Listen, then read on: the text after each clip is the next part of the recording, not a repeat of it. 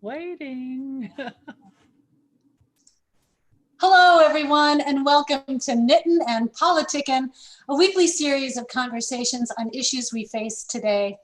Tonight, we're going to talk to local candidate running for State House of Representatives, Gloria Johnson, who's also our current representative. My name is Renee Oyas, and I'm running for Congress in Tennessee's 2nd Congressional District. And I just want to shout out, today on Twitter, we reached 5,000 followers. And so thanks, everybody, for helping us reach that goal. Please, if you don't follow me on the socials, we're on Instagram, Facebook, and Twitter. I am so thrilled to talk to Gloria. She's truly a local political shero working to represent her district in the legislature that is decidedly not interested in the public good. She's running for office again. I know House races are every 2 years, and maybe we need to do something about that. But she's a great candidate, and you can ask her any question you want during the show. Just put your comments in the Facebook feed. But first, what am I working on this week? Well, it was a crazy week. You know, we just finished a fundraising quarter, and I've been a little tired, so I took a break. And I did a little spinning, and I made some blue yarn. But this time, I took it from its original form as curlies. They look like this. Right off the sheet, clipped right off the sheet. Mine, of course, were blue. Yeah, and then you comb them and you get them so all the fibers face the same way. All the fibers are facing, they're all horizontal. I'll trust you there. Yeah, it's hard to see, I know. And then you spin it this way and you make your yarn, and this was my finished project. That's awesome. I don't know what I'm gonna do with it. I've got lots of these little hanks collecting in my stash, and maybe I'll just make a sweater of many colors or something like that. Anyway, but that's what I worked on today. And I might drop a video soon on some of the spinning. You know, I spin with a wheel. And so we might do a video of spinning. It's great to take a garment from like the sheep to your body. Really connects you to clothing.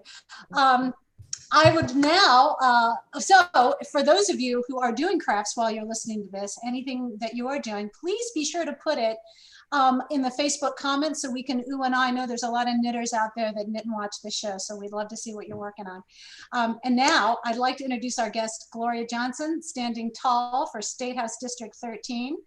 Welcome to the show, Gloria.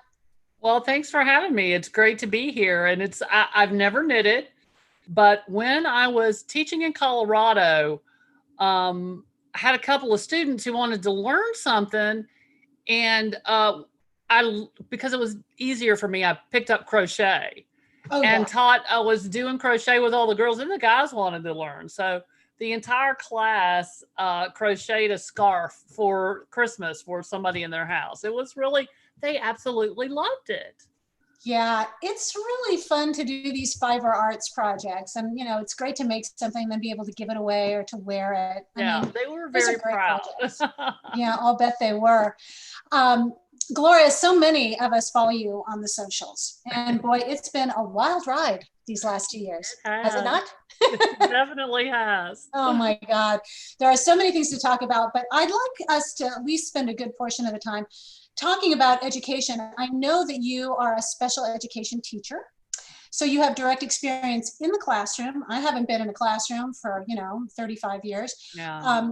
But we've had quite the assault on public education at the state and at the federal level. And I want you to tell us what's at stake and your position on the state of public education today. And if anyone has questions, drop them in the Facebook comments and we'll get to them. But Gloria, take it away. Yeah, I mean, whew, that's a big one, and we could talk about that for days.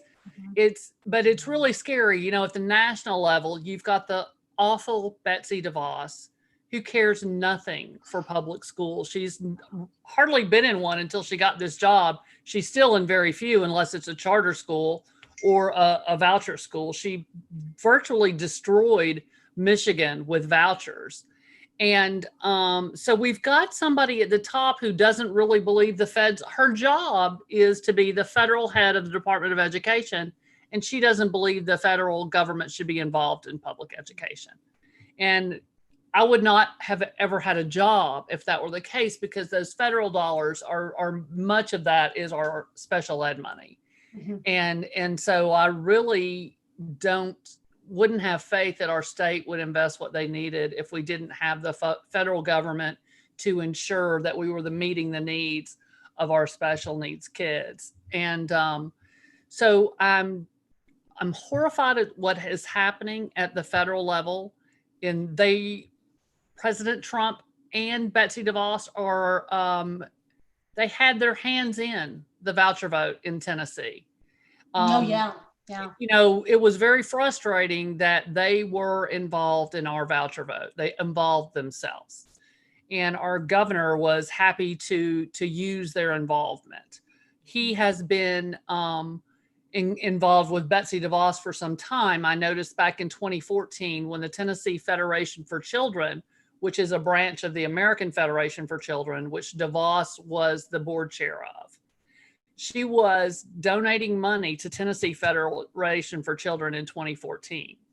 And those are some of the folks that spent millions of dollars against public ed candidates over the past 10 years in Tennessee. So they pushed those vouchers in Tennessee, which overwhelmingly Tennessee families do not support. And what we saw was an illegal voucher vote on an illegal voucher bill that is unconstitutional and has multiple constitutional challenges at this point. But that bill was passed by promising legislators things. It was passed by making an offer to a National Guard colonel, offering him the rank of general if he would change his vote. And to me, that is horrifying. That is taking our military, which I think we all know, that is a piece of America to me. But when you're willing to sell a piece of America for a voucher vote, we've got a serious problem. Yeah. It's shocking to me that would even happen. Mm-hmm. And it's shocking to me that there hasn't been more of an investigation. And I feel that has a lot to do with the Congress and the president keeping those types of investigations from happening through the DOJ. But the reality is vouchers in charter schools defund our public ed.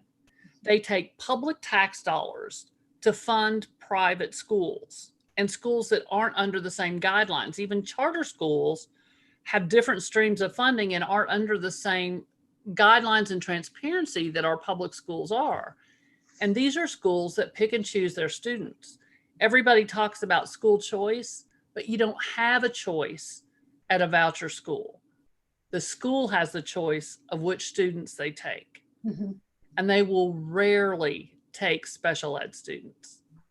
That's just the reality. Very few private schools provide services for special ed because it's expensive. Mm-hmm. Special ed parents know they need their kids in public schools because we provide all the services that their kids need and are required to do that by the federal government, even though our current federal government is trying to take away some of the educational things that we provide for our students because they think it's too expensive. Mm-hmm. And the reality is we have got to protect our public school dollars, not send them to private schools for unconstitutional bills that are passed in a very illegal way, quite frankly. I mean, it hasn't been proven yet. I still hope that it will. The other reality is we're using a 20-year-old BEP formula to fund education. So you'll hear the folks across the aisle a lot say, we're fully funding public education. They're fully funding the current 20-year-old BEP formula, but they are not fully funding public education in Tennessee. If you take the 7 states surrounding us with us in this region of Southeast region of states, the 7 states surrounding us, you take the average of what they spend on education. And when you take the average of 7 like states in our region, we are funding at less $1.5 billion less than the average of those seven. And I'm not talking about Massachusetts and New Jersey, you know, I'm talking about the 7 states in our region. Mhm. We are underfunding public education to the tune of $1.5 billion and expecting, you know, all these great things to happen. Yeah. And the reality is, if you want the best, one of the top public educations in the country, you've got to pay, you've got to invest in our young people. Mhm. And people say, oh, you can't throw money at a problem. But then they want kids to go to private schools that cost $18,000. And it's like, we're not spending $18,000 per kid in Knox County schools, you know? And then, but you're saying private schools are better. Well, they're spending a lot more per child. And so they're constantly comparing apples to oranges, but making public school come out on the wrong end. And it's just not, it's not a fact. Now, do you think that they're not updating the BEP because they don't want to pay more and they can just preen and say, you know, it's fully funded? Absolutely. They've created commissions and committees to do that, and it's never gotten done. And that's the really frustrating thing. I had 2 bills with Senator Yarbrough this past session that it didn't specifically address updating the formula, but what it did was update the number of teachers, the number of guidance counselors, and the number of social workers, that sort of thing. To a better formula. So there's many ways to go about it. You can update the BEP formula, but you can also just pass law that say you have to have this many teachers per student and all of that. But how we calculate it in the current BEP is a bit of a problem. It's a complicated beast to get into. And the reality is we just need to make sure that we have, that our kids are provided with everything they need to have a great education. And people confuse equality with equity. And you have to realize that something like 2 schools getting equal amounts, that's not equity, because one school might have much higher needs. And so we really have to think about providing our struggling schools with the services and the staff that they need in order to address their issues. Now, you mentioned that private school is anywhere from $13,000 to $18,000. Tell us how much is per student. Tell us how much the state is spending per student. Well, there are some schools that are less, but I don't know if there's any school that will get you can get in, any private school you can get with a voucher, which is about $7,300. So, you know, typically what you've seen in states that have done this is all these church schools will pop up that cost exactly that amount. And that's where they saw a lot of that in Louisiana. That's where you saw just education levels drop. And so in the 9 states that currently have vouchers, 0 of the voucher kids in those states are performing better than the public school kids. As a matter of fact, 7 of those states have voucher kids performing worse than the public school kids. And I'm not talking about the traditional private school enrolled kids. I'm talking about public school voucher kids specifically, you know, because everybody would say, oh no, these private school kids do so much better. That's because those private schools, their parents are paying for their education.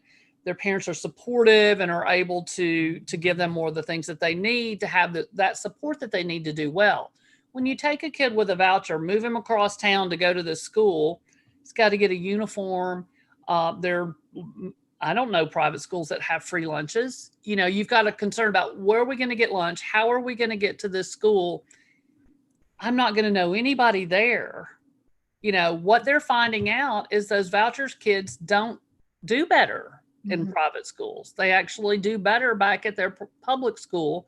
What they need are more supports. We need smaller class sizes in those schools. We need more social workers. We need after school programs. It's that kind of thing. You've got to change the community where that struggling school is, not pick a kid up and take him out of the community for 7 or 8 hours of the day. That's not a solution.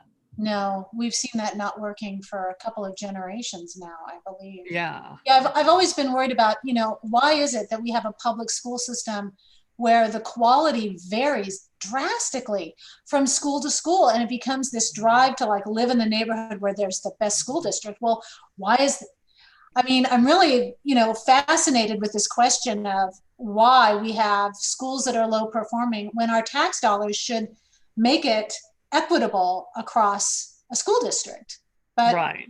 that's not how it's working. And so what we like to do, I think, as a society is say, well, that's broken. I'm gonna do the disposable thing. I'm gonna toss it for a new model that we're unsure, instead of saying, yeah, there's problems with this current one, but we can tune it up. Yeah. And it's gonna take money. And that's why Knoxville does such a great job with what I think is the answer, that charter schools and vouchers don't address any of those needs of the kids outside of that school day. And that's why it's not successful. But where we're successful is with our community schools, and taking your traditional public school and not changing anything about that day other than maybe having more social workers, more guidance counselors, but being open in the evening, having instruction in the evening. They can have a meal in the evening there. Their whole family can come down. The parents can come and take GED classes or resume writing or any of those things. Mm-hmm. They have massive community gardens that families can come and work in together, and then they can take fruits and vegetables home on the weekends and things. And, that is addressing the community. Mm-hmm. And it's not some new model. It kind of goes back to the day when the school was the community hub, and but it addresses the needs that the kids have in their community, and it also addresses the needs that the parents have. Mm-hmm. And so most of our community schools in Knoxville are in urban areas, but the reality is it works in rural areas, it works in suburban areas, because every school decides what that school needs. Because at one time, one of our community schools offered auto mechanics for parents, because what they found was a lot of people in that community were like, one car problem would cause them to lose their job. So they couldn't get to work and they couldn't afford to get that thing fixed. And so you offer that, whatever is needed in the community to help people lift themselves up. Mm-hmm. And that is how you change education. Not by picking a few kids up and dropping them off in another part of town. That's ridiculous. We've got a question about the elephant in the room here, which is we're in the middle of a global pandemic. And there's a talk that schools will be reopening on schedule. And, I am actually pretty interested in how we are functioning during this pandemic. And I've been tracking the numbers in Tennessee and in the United States. And the last 2 weeks have been alarming. In Tennessee, we've had multiple days with consecutive 1,000 plus cases every day of COVID. And, how are we going to open these schools when we really have no national plan to deal with this virus? We have no national plan to deal with schools. These aren't like bars where, you can open it up and say, just, have your drink outside, or, we're going to close 3 of the booths so that you guys have 6. I mean, schools are a lot more difficult. And I'd love to get your perspective on how are we going to open? How should we open? And should we open? Well, and I've been having a lot of conversations. I was just on a call today, lasted over an hour, with Penny Schwinn, Commissioner of Education, and a bunch of legislators. And I just was not happy with what I heard. I heard a lot of guidance, but no plan. So my concern is that we have a governor who put a shelter in place across the state in attempt to flatten the curve. We did pretty good of bringing numbers down, and that. What during that time, the whole point of doing that shelter in place and bringing those numbers down is so that when you're ready to go back to work, you have a comprehensive plan, mm-hmm. that every county is ready, and you have strict guidelines in place to contain the virus. So that would mean you would have rapid testing. So when people go back to work, if they thought they had been exposed or thought they were having symptoms, they could get a test and know the next day whether or not they could go back to work. We have no rapid testing in place, and we have no contact tracing to speak of in place. They keep telling us that we have it, but we do not. The governor, as late as a week ago, was saying in a press conference, well, we'd love to have some volunteer contact tracers. Volunteer contact tracers? Are you kidding me? We have 260,000 unemployed Tennesseans, and we have billions of dollars from the federal government to cover just these things under the CARES Act. Mm-hmm. Use that money, hire contact tracers, and let's contain the virus. Because the reality is, if you don't contain the virus, the economy's not coming back. And so all we know about spread, and I spent a long time talking about a doctor who has COVID patients, deals with them every day.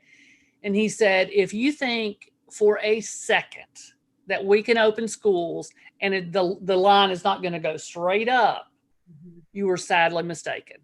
Because he said, a lot of people are comparing, well, the daycares are doing pretty good. So what's going to be the difference with schools? Here's going to be the difference. Daycares are little kids. Okay. And little kids' transmission rate is lower than adults. We know that. We don't know how much, and we don't know for how long when you've got a community situation like schools. But middle and high school kids have the same spread as adults. Mm-hmm. And you get all these people in a building, and teachers have come to me and they said, okay, so I get 2 cases in my classroom. I have to go test and quarantine until I get my results. In Knox County right now, results are taking 7 to 10 days. A teacher gets 10 sick days a year. Mm-hmm. Does she have to use, or he have to use his sick days when he does that first quarantine? Because that's going to just basically get rid of them all. Mm-hmm. And then what happens 2 weeks later when you get another one? And are we going to pay them on these days off? Are they going to have to use sick days? Because that's not really fair. Mm-hmm. And so the other thing about the community spread, there's not a whole lot of spread from surfaces, all of that. We're all concerned about, we're going to clean the classrooms, and that's important. Very little spread from surfaces. Mm-hmm. Most of the spread is airborne. So it's going to happen. That what this doctor told me yesterday, he goes, a child will die. He said, children will die. He said, that's 100%. It's 100% guaranteed that children will die. He said, it's 100% guarantee that more teachers than children will die. 30% of teachers are at retirement age. And that is in the age of where it's a problem. You're over 60 and very susceptible to COVID and it being bad for you if you're that age. I don't have the numbers, but I'm willing to believe and that at least 30% are immunocompromised or live with someone who is. Mm-hmm. And several friends I've got who are pregnant who are very concerned. Yeah, this just sounds like a death sentence. Frankly. And there's just he just said, are you comfortable? What's your school plan for when a teacher dies? What's your school plan for when you lose a student? Yeah. It just. And he said, if the chances were 1 in 100,000 that your child was the child who died, are those okay odds for you? Mm-hmm. I mean, it's going to happen. If we insist on opening, it's going to happen. How are you going to feel when that happens? And I think, this virus has really shown us all the holes in the safety net in our healthcare system and in our education system, because now I realize this is nobody's fault, right? This is right. Yeah. Virus is no one's fault, but it gives us an opportunity to fix some of these things. And one of them is broadband and having everyone having access to the internet. And I was listening to a story this morning about how kids that are supposed to be doing education, through Zoom, a lot of them are not tuning in, haven't tuned in since March. And, they have no way of knowing what's going on with these children. And being home in a stressful living situation can contribute to, ACEs, the childhood trauma, the childhood traumas that create additional stress. And so, it's just that we can see how broken the system, but unfortunately, we've got these leaders who don't seem to be interested in trying to fix it in the short amount of time we have. So, and we do have the money to do that. We have been given this money from the feds. And I know it's tight and all of that, but we need to use it to make sure that whatever we do, that our kids are safe and our teachers are safe. Right. And if that means doing some online learning, or one of the things they did talk about today on that call with the Department of Ed, they talked about if you didn't have broadband, but still a device can be useful for all the things that can be put on the device. And so, at minimum, it would be good if every student had a device.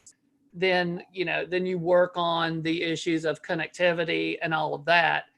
And utilizing public TV, I think we're not talking enough about that, because I think there's public TV for a lot of people have access to that don't have access to internet. But we have to get creative. But to me, children's lives and teachers' lives are so important that we can't go for a risk. And the thing that they're going for here, which is so outrageous to me, is for the economy. Sending kids back to school will tank the economy, because it's going to increase that community spread, because all community spread is happening from families that live together, people who work together in the workplace, weddings, funerals, events where people inside, very little spread outside, lots of spread inside. And so 8 hours a day, 5 days a week, it's just a recipe for disaster. So if you want to improve the economy, use that money to make sure people have access to daycare for their little ones. Yeah. And let people go back to work, but with rapid testing.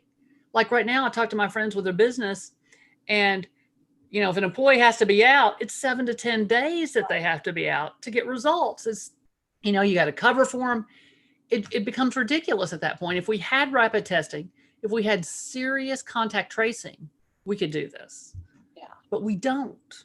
And we wasted that shutdown time in preparing for it where it set us back. We're going to have to go back, do that again, and get ready with rapid testing and contact tracing and all those things that we need to open business and schools safely. Now, what do you think about skipping a school year? Well, it was funny. I did see that online. Somebody said, "Oh, so they lose a year." But they said the thing was, well, all the kids lose a year, so Right. Everybody's in the same position. And I think that we should. I think that there's so many kids that I worry about, but I think that we could do. I think teachers are super creative. And I think that we could work on reaching everyone and reaching folks for mental health. Like we talk about very little spread outside. So teachers could actually see more kids online. And then maybe some teachers who aren't compromised or whatever could do face-to-face, with kids that you might need to check in with and see how they're doing, and do that outside. I think that it's time to get creative, and we haven't spent enough time at the table walking through what this is going to look like. And I think what it looks like today and what it might look like in 3 weeks could be really scary. Yeah. And this physician I talked to said, if we go back to school, he expects we'll be done by September because of the numbers. Yeah. We'll have to just close up anyway. Yeah. Wow. So why not ease into it, get the things we need, feel better when it's time. Yeah. So why not? We have money. We have minds. We have other states and other countries, frankly, that are pulling this off fairly well. Yes. And we're just, the greatest country in the world is just gonna let this go. That's what it looks like. Right. We are no longer the greatest country in the world. If we're just gonna let people, if we're gonna push them into the eye of the storm, which is what we're doing. By opening up too early, by requiring kids to go back to school. It's astounding to me that anybody would agree to this or think. Somebody made a perfect analogy. I saw this on one of the social media things the other day. It was a picture of a room on fire. And they said, instead of putting out the fire, we're going to teach the kids how to go into the fire and be in the room safely with the fire going, Yeah. But why don't we put out the fire first, then send the people in there? And so why don't we contain the virus? And then when we've got it contained, we've got the systems in place, a comprehensive plan with requirements. I'm sorry, folks, masks have to be required in schools. They have to be. Oh yeah, if you're going to be sitting next to somebody, yeah. But they're not in these small. Murfreesboro, the only requirement I'm told from 2 Murfreesboro teachers, the second they made the rules, I got phone calls. And their thing, the only thing they're doing different is cleaning their classroom between classes. And we already know that surfaces very little of it. Yeah. But that's no mask, nothing like that. Wow. Yeah. And you think about like the cafeteria, what's the plan for feeding children? What's the plan for transportation? Are they all going to ride the bus like they normally do? There's just all these things to think about when you think about public education, and it's, it's just all, really hooked together with so many other issues that we face. Yeah. It's a huge. So Patricia wants to know, how can we get cooperation from all types of people to pull together and solve this problem for our schools? Yeah, Patricia, I'd love to know the answer to that too. I feel like we are so partisan. We just are not willing to put things aside and say, this is a virus like this is as nonpartisan as you can get. It doesn't matter what party you're in, you're going to get this virus if you're not careful. It's not, Democrats are not more likely to get this than Republicans. And so you'd think that this would be a great time to galvanize ourselves. And, we just don't see that happening from our leadership. Yeah, somehow it's become a political issue, and it's a scientific issue. We need to listen to public health. We need to listen to doctors. It's really funny because doctors are probably some of the least political people in the world. Mm-hmm. One thing that I find out is doctors often aren't even registered to vote, yeah. And they have their whole head in the doctor world, and they are not political. And so for people to think like they're saying these things out of politics is kind of remarkable to me, because I am political. And whenever I'm talking to a doctor, I always try to, figure it out. And what I've come to figure out is they're almost always apolitical. Yeah. And so, that's who you want to listen to, that they're going to tell you based strictly on the science, the data, and the research, what is best. And we should be listening to that. We should. In fact, I heard Fauci last night was saying that, he manages to keep above the political waters by just saying, well, this is what the science is telling us. I mean, not that in this particular instance, he's up above the political waters, but he's trying to, just keep his eye on what the science is telling us. And it's ever evolving. And so this notion that, if somebody makes a mistake, then you just cancel them forever. No, we don't know enough about this virus to right. Make a lot of decisions, and it's going to be a while. It changes constantly. Mm-hmm. So, and we're constantly, like the thing with the kids, we are constantly learning, and it looks like even if they have it, they don't have bad symptoms, but sometimes they have these long-term things. Yeah. And it can change itself. I just got a text. It's a little nervous. I'm sorry. I hear RBG is back in the hospital. So that makes me incredibly nervous. But yeah, it's constantly changing, and we're learning, and people act like the science isn't there in mask, but the science and the research and data is definitely there on masking and on social distancing. So, that's what we know, and we have seen examples of it working. And you can look at New York as a perfect example now of where New York was when things got horrible. They totally shut it down. They did everything that they were asked to do. And what was it yesterday? They had their first day with no deaths. Yeah. And so they have really done it. And yeah, it's hard, but if you want the community to thrive and you want the economy to truly come back, mm-hmm. create the environment for it to be able to come back. Right.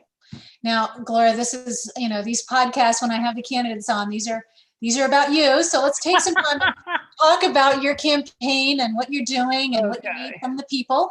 Hopefully we've got a big audience out there that's ready to roll up their sleeves and work for you. It's so weird this time, because usually we are just kind of known for killing it on door knocks. Yeah. And we can't knock doors. So, but we're making a ton of phone calls. We're spending a lot of time doing personal postcards, because I think if you can't hear from a voter or you can't hear from a volunteer or the candidate on the doorstep, you can get a personal note and what I try to get my people to write is just say why you're supporting me, because the best thing you can tell somebody is, when you're knocking doors, it's like, yes, I'm out here in 90-degree weather because I really believe Gloria Johnson is going to work for us and stand up for us and that sort of thing. So that's kind of what we do on the cards. The postcards, the same thing. And a lot of the people, I tell them, feel free to put my number on there.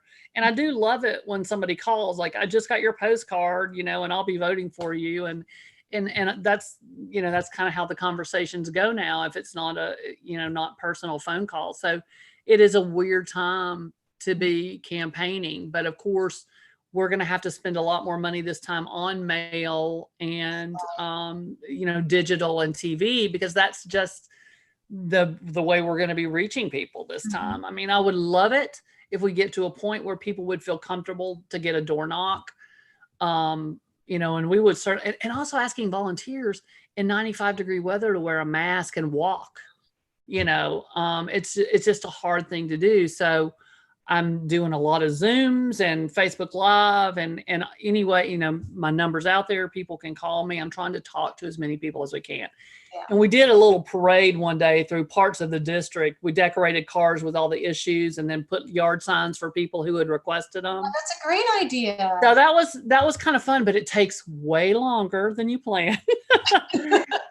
So in our great minds, next time we'll probably have people split up and maybe 2 cars go together and cover different parts of the district. So, because I mean, it was forever before we even got out of my neighborhood, and we're like, oh yeah, this is taking a lot longer than we thought. So you don't need like a permit, like a parade permit to do that? No. I mean, we're just driving, and we put the signs and stuff on the cars pretty good so they wouldn't blow off. We didn't really go on a road that was, that far away that we got up any speed. But, that's just one way to get out and about and see people. And so I've been personally delivering yard signs, because very often, just because people are home, I catch them outside. So, we can have a conversation from me from the street, them on their porch, or a couple of people gardening, that sort of thing. So, yeah. Well, yeah, it is very different and very likely, may change the nature of politics in the future. I mean, we'll see. Yeah. It's, who knew 6 months ago we'd be Zooming. I know. I look back at these pictures and I was like, oh, everybody's together. That must have been before March. I know. And I was telling my staff, I remember touching people. I know. Well, I still feel like it's, when I look and see that it's I have to remind myself it's July, because it still feels like the first day of quarantine. Yeah, March was just last week. Spatially, I'm like, I guess it's because I've actually been in the house. I mean, I know you've been going back and forth to Nashville. Now, here's a question that I'd like to ask you. So the session, it's a part-time legislature. Yes. But is it? I mean, I do think some people treat it as a part-time job. I treat it as a full-time plus job, because I really, when you're in the minority and you have big ideas like expanding Medicaid and fully funding public education and creating legislation for paid family leave, you have to spend more time. Yeah. And so the reality is we're constantly at meetings, and there are a lot of legislators who don't show up at a lot of those meetings, but there are legislators who do. And, I went ahead and retired because I wanted to make sure I could dedicate all of my time to this, because I think it's going to take people, especially in the minority, who are willing to dedicate that time to these issues that are so important to hardworking Tennessee families. Raising the wage and funding that education and making sure people have access to health care, It's even though, and every one of those things I named to you, paid family leave, raising the wage, funding education, affordable health care for all. The majority of Tennesseans, Republican, Democrat, Independent, support those things that I support. Yeah. And so but the elected officials are voting against it because of special interests. Right. And we have got to make people understand those things. And I think we can. We're fighting a national message that has a 24-hour news cycle. But I think if we do get in and do some rural organizing, make those really bring people up to speed on the issues that affect them every day at their kitchen table. Mm-hmm. And then when they understand that Democrats are the ones fighting for them, that's how we change the state, I think. And it's those kitchen table issues that they agree with us on, but they are hearing this national message that they're not really translating to their life. Right. And so we've got to help them translate that to their life, to make it meaningful to them, so that they understand that they should be voting for those things that are going to benefit them and their families. Yeah. Well, I'm thinking that one thing that I've noticed when I talk to people is that the virus has really made people think twice about their own position and in relation to community. And I think in many ways, this country is very much individualistic. It's all about you and on your striving and your climbing up the ladder on your own grit and stamina. And now we're realizing, no, actually, we rely on everyone else.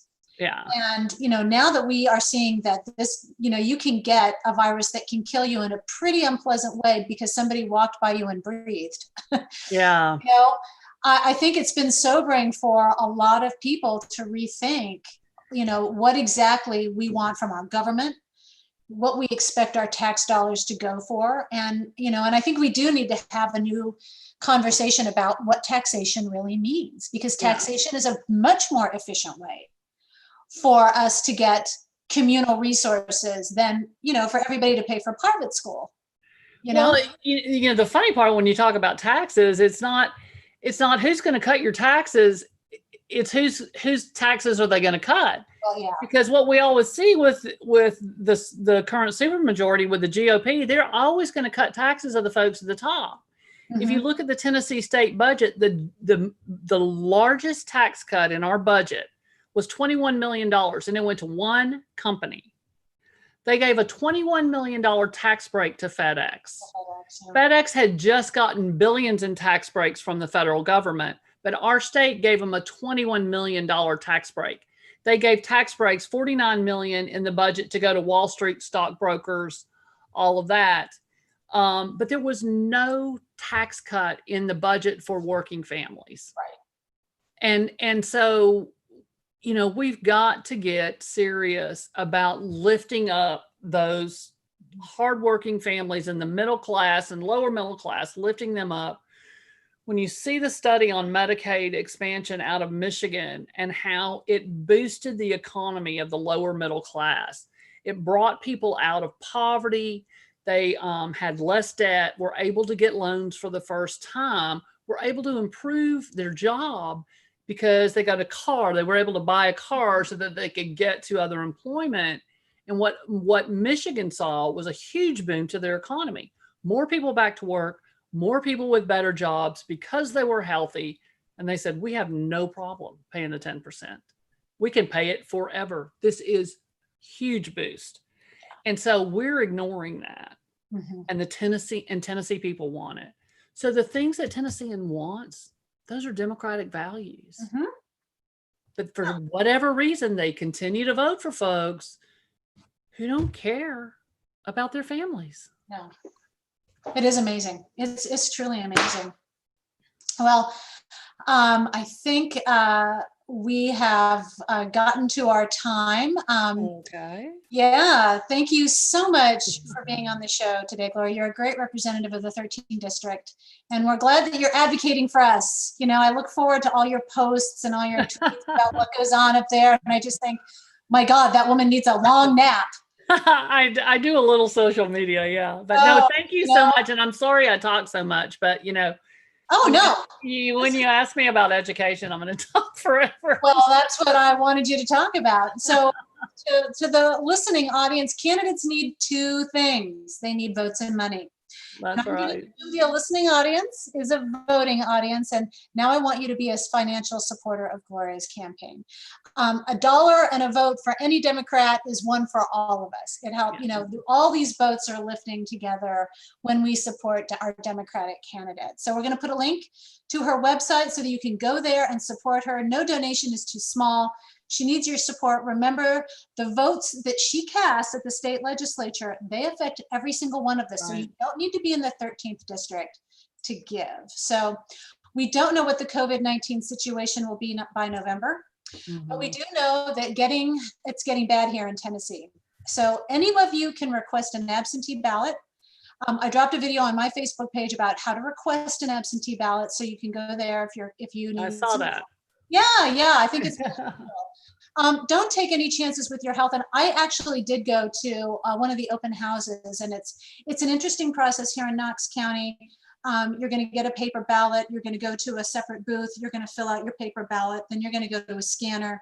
They're going to scan your paper, and then the paper drops into a lockbox, and they take the lockbox to the commission and lock it up every night. So it's probably going to take some time, and we've never done this before. So if you're concerned about standing in line for hours, an absentee ballot might be the thing for you. And another plug, if you don't mind, what dropped today was my Standing Tall podcast.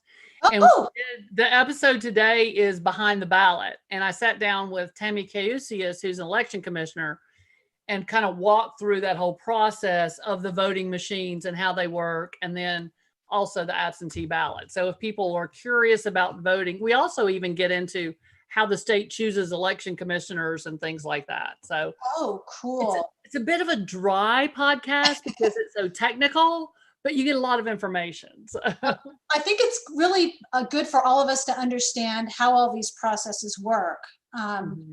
And I think that people are interested now. Like, you know, I've been getting on Zoom calls on all kinds of stuff, you know, because I'm basically still quarantined and there's not a lot else to do aside from calling people and asking for money. So a couple of important dates for folks. July 17th, that's this Friday, is the first day of early voting.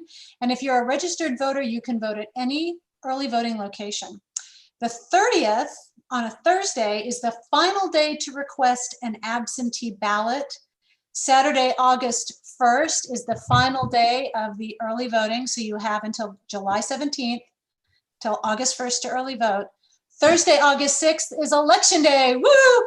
But if you're a registered voter, you must go to your assigned precinct. You can't go anywhere then. So as I like to say, vote absentee and vote early. I want to thank all of you for tuning in today. Take good care and be safe, and we'll see you next week.